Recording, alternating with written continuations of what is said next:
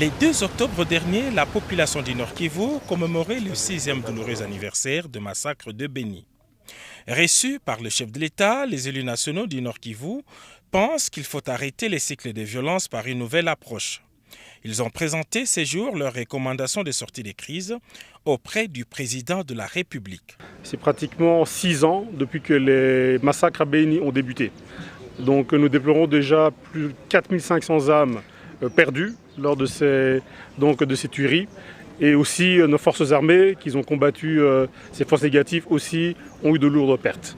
Donc tout d'abord, on transmet déjà ici, en tant qu'élus du peuple, en tout cas nos sentiments de compassion et je dirais d'unité et de solidarité avec nos populations qui vivent cette insécurité permanente. Alors notre message aujourd'hui au chef de l'État concernait 2 points ou 2 volets. Le premier, c'est le volet sécuritaire et le deuxième, c'est le volet socio-économique. Alors brièvement sur le volet sécuritaire, on vient de vous expliquer, nous continuons donc à faire des recommandations.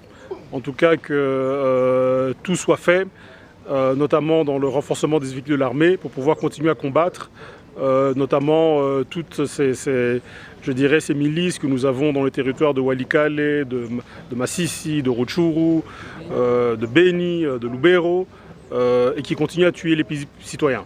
La sécurité, rien que la sécurité, c'est aussi les credos des chefs traditionnels du Nord Kivu. À la suite de leurs échanges avec les présidents de la République à Kinshasa et à Goma, ils ont présenté leur plan de sortie de crise.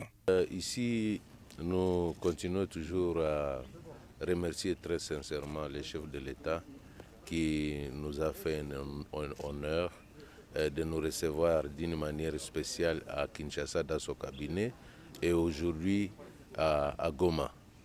Nous sommes venus voir les chefs de l'État pour effectivement exprimer certaines doléances et ces doléances sont surtout liées au problème de l'insécurité qui sévit au nord Kivu, dont la population et nous-mêmes nous sommes vraiment victimes. Et comme c'est l'autorité qui est au sommet de notre pays et que nous sommes des autorités de base, c'est tout à fait normal qu'on s'échange les informations et voire même essayer de donner dans la mesure du possible quelques pistes de solutions. Après avoir écouté les représentants locaux, le président de la République, Félix-Antoine Tshisekedi Tshilombo, en sa qualité de commandant suprême des forces armées, a donné des directives claires aux forces de défense et de sécurité. Pour le ministre de la Défense, le leitmotiv reste la paix pour tous et par tous. Il était essentiellement question de recevoir de lui des orientations précises. Comme vous le savez, les opérations vont totaliser bientôt 1 an, des grandes opérations, des opérations de grandes envergures qu'on a lancées à Béni, mais aussi qui se poursuivent dans la côte. Il y a des avancées significatives. Vous voyez par exemple, lors de notre caravane, on a constaté que la route Mbao-Kamango est ouverte uniquement par l'armée.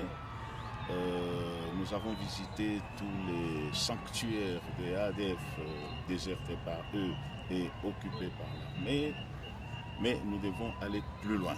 Avec l'ambassadeur américain Mike Hammer, le chef de l'État a aussi évoqué la participation des partenaires traditionnels de la République démocratique du Congo pour le rétablissement de la paix dans notre pays. Le diplomate américain s'est aussi expliqué sur sa récente présence à Minembwe. Vous avez été à Minembwe, oui.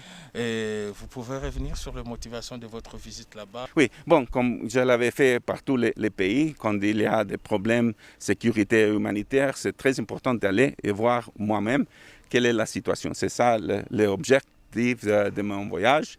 Je ne savais pas avant qu'il y aura quelques controverses avec quelque chose qu'un autre ministre a fait là.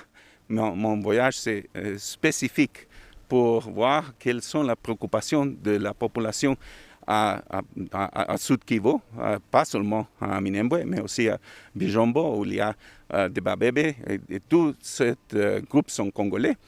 Et je dois vraiment voir que c'est la situation. Et comme je viens de vous dire, les communautés m'ont dit que il y a un problème sécuritaire. C'est une question de la capacité de la FARDC qui travaille ensemble avec le MONUSCO pour protéger la population contre les groupes armés.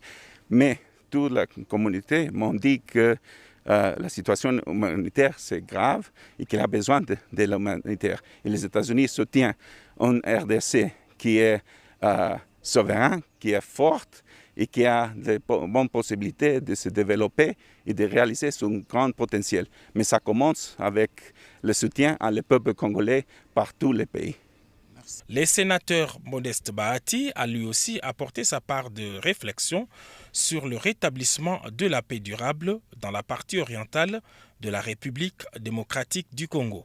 Comme vous le savez, il y a plusieurs sujets brûlants, notamment les sujets liés à la paix et à la sécurité, les questions politiques, mais également les questions de développement. Et donc nous avons passé en revue toutes ces questions-là. Comme vous le savez, nous sommes à la tête de l'AFDC allié qui est le deuxième regroupement politique du pays et donc nous avons des membres sur l'ensemble du territoire national et donc toutes les questions qui touchent à la paix, à la sécurité, que ce soit à l'est du pays, que ce soit au sud du pays, que ce soit dans la capitale et même partout ailleurs, tous ces sujets nous les avons abordés et nous avons formulé nos propositions. Nous avons dit que nous allons également nous pencher sur les questions de développement parce qu'il ne faut pas que les acteurs politiques passent tout leur temps rien qu'à se chamailler